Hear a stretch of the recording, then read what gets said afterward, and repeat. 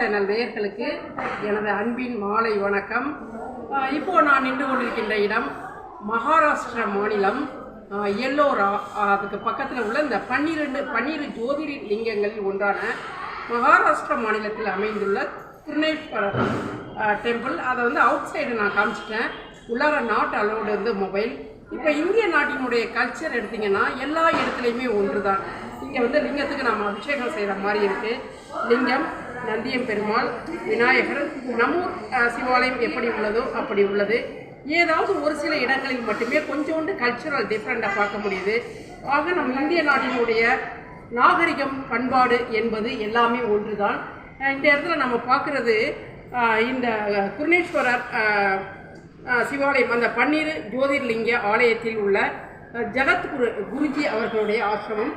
இது அப்படியே இதை ஒரு கிளான்ஸ் எடுத்துருங்க ஜி.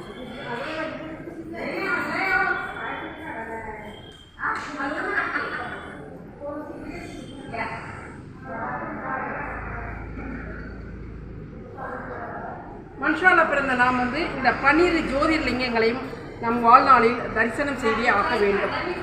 சிவ பூஜை செய்வது, சிவலிங்க வழிபாடு செய்வது என்பது எந்த அளவுக்கு நமக்கு மேன்மையும் பலனும் தரும் என்பதை அனைவரும் உணர்ந்தே ஆக வேண்டும். ஒரு மனுஷனுடைய கர்மா விலக வேண்டும் என்றால் அவர்கள் சிவலிங்க வழிபாடு பண்ண வேண்டும், சிவலிங்க தரிசனம் செய்ய வேண்டும், சிவ பூஜை செய்ய வேண்டும், சிவாலயங்களுக்கு செல்ல வேண்டும். இப்போ 3 லிங்கங்களை நான் தரிசனம் செய்துவிட்டேன். 12 லிங்கங்களில் அடியேன் காசிக்கு 2 முறை சென்று விட்டேன். இப்போ மகாராஷ்டிராவில் உள்ள குர்ணேஸ்வரர் தரிசனம் செய்துவிட்டேன், ராமேஸ்வரம் தரிசனம் செய்துவிட்டேன். எல்லாம் அல்ல சிவபெருமானின் அருளால் 12 ஜோதிர்லிங்கங்களையும்